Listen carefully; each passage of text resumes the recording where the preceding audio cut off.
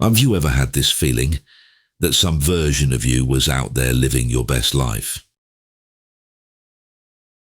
They have the experiences you crave, the job you want, and the lover you've waited for your entire life. Whilst you sit there in a pathetic haze of depression and overconsumption, never living up to your full potential. No, you say? Well, me neither. Then let's get on with our story. When last we left it, a serpent had appeared in the Forest of Eden.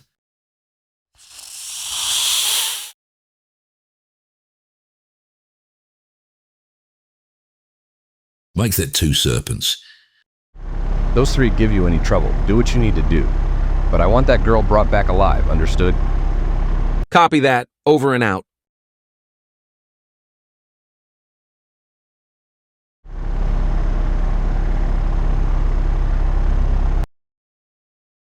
And so, we begin. Oh, look! Gretel followed the breadcrumbs back to home base. What are you talking about? Wrong fairy tale. My bad. Red, you remember my brother Bo? He may act like a silly goose, but he is the best data scientist in the field. Something strange is happening to me. Every time I catch a glimpse of my reflection, I've changed. What's going on? It's happening to all of us, nothing to worry about. It's just a byproduct of being in a liminal space. In this forest, the veil between our 2 worlds is at its weakest. Now that we've breached the veil, the flow of power between our 2 worlds creates a space where more than one potential reality exists at the same time. The changes in our physical appearance is just a side effect. It's actually quite fun. We get to look like relatives of ourselves while our thoughts and feelings remain the same.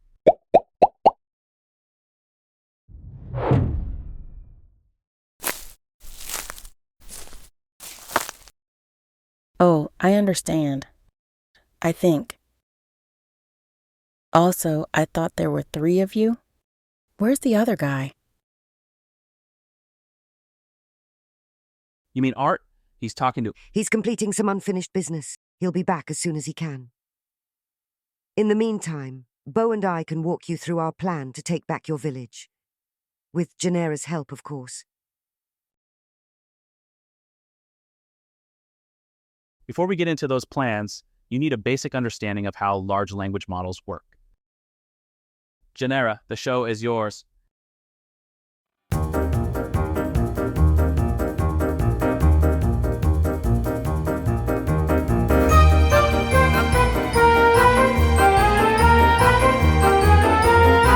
Ladies, gentlemen, and germs, welcome one and all. Today, we'll take you on an exhilarating thrill ride through the world of artificial intelligence as machines come to life right before your eyes. Marvel at the wonders of machine learning. Watch as these intelligent machines learn from experience and adapt with every byte of data. Gasp at the secrets of deep learning as these machines are outfitted with layers upon layers of neural networks that mimic the human brain's intricate problem-solving abilities. And be astounded by the magic of generative AI and large language models, which can create everything from text and images to music and more, pushing the boundaries of human creativity and innovation. By the time we're done, you'll be asking, are they machines, humans, or germs?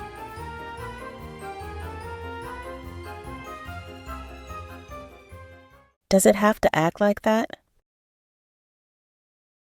That's just my brother's sophomoric humor. It leaves something to be desired. Hey, I heard that. We thought you might be less afraid of Genera if we made her seem more approachable, more human-like. But she's not human, is she? She's not human. Generative AI doesn't have a brain or personality or consciousness in the way humans do. What these models do is mimic creativity and even personality by finding patterns in the data they've been trained on. That sounds like a parrot. Genera's not a parrot. She's not simply spitting back words that have been taught to her. She's generating new sentences in real time that are tailored to our questions. Let me give you an example. Genera, tell us a knock-knock joke. Knock, knock. Who's there? Lettuce. Lettuce who? Let us in. It's cold outside.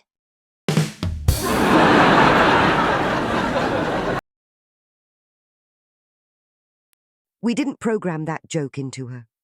She generated it herself.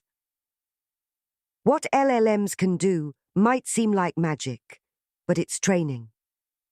We train these large language models for weeks or months on trillions of words from the internet, including books, articles, and websites. Once they've been trained, these LLMs know a lot of information, and they generate responses based on that training. So it's a fancy parrot. What kind of parrot can analyze the big bad wolf's patterns, predict his moves, and devise strategies that can take back your village? What my brother means is that you don't have to fight alone, Red. With Genera's help, we can teach you everything you need to know. Are you willing to learn? Wait, before you answer that question, there's something you should know. Oh good, you're back, Art. Were you able to finish your work?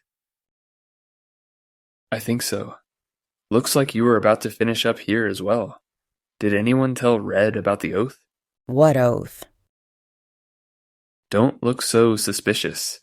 Flora tells me in your world, you're some kind of scientist. Surely you have ethical rules that guide your actions. Of course we do.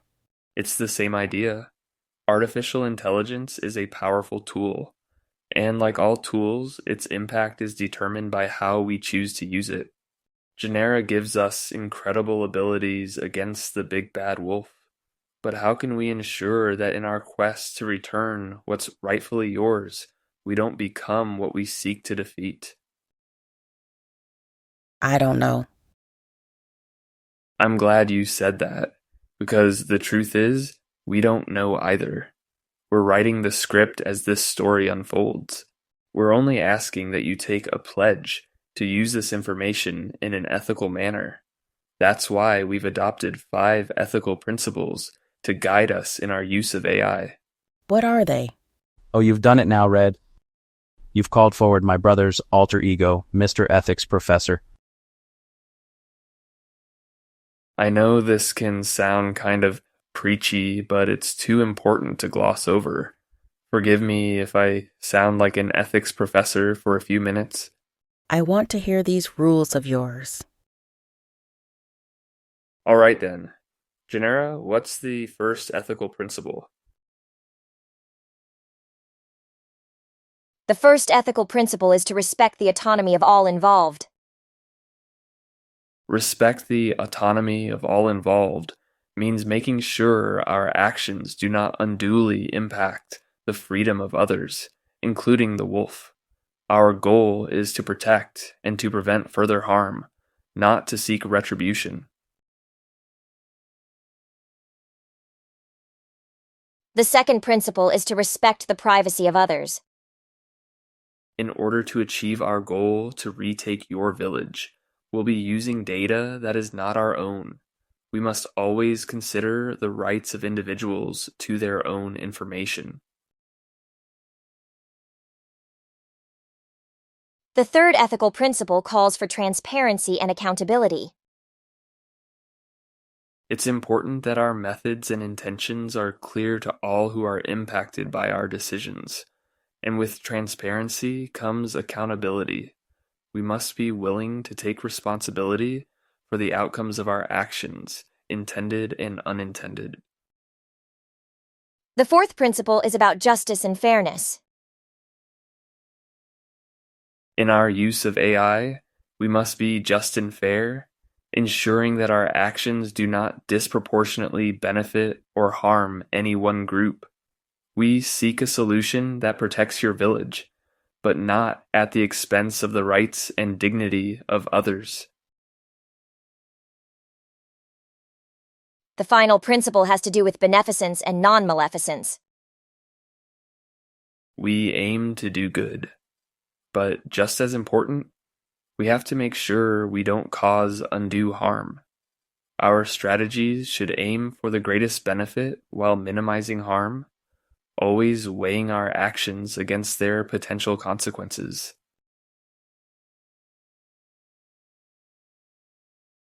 So there you have it. These are the 5 ethical rules that guide our actions. Without your commitment to these principles, we can't proceed. It is a difficult path. Are you willing to embark on this learning journey with us? I appreciate the ethical container. I think Run! Run!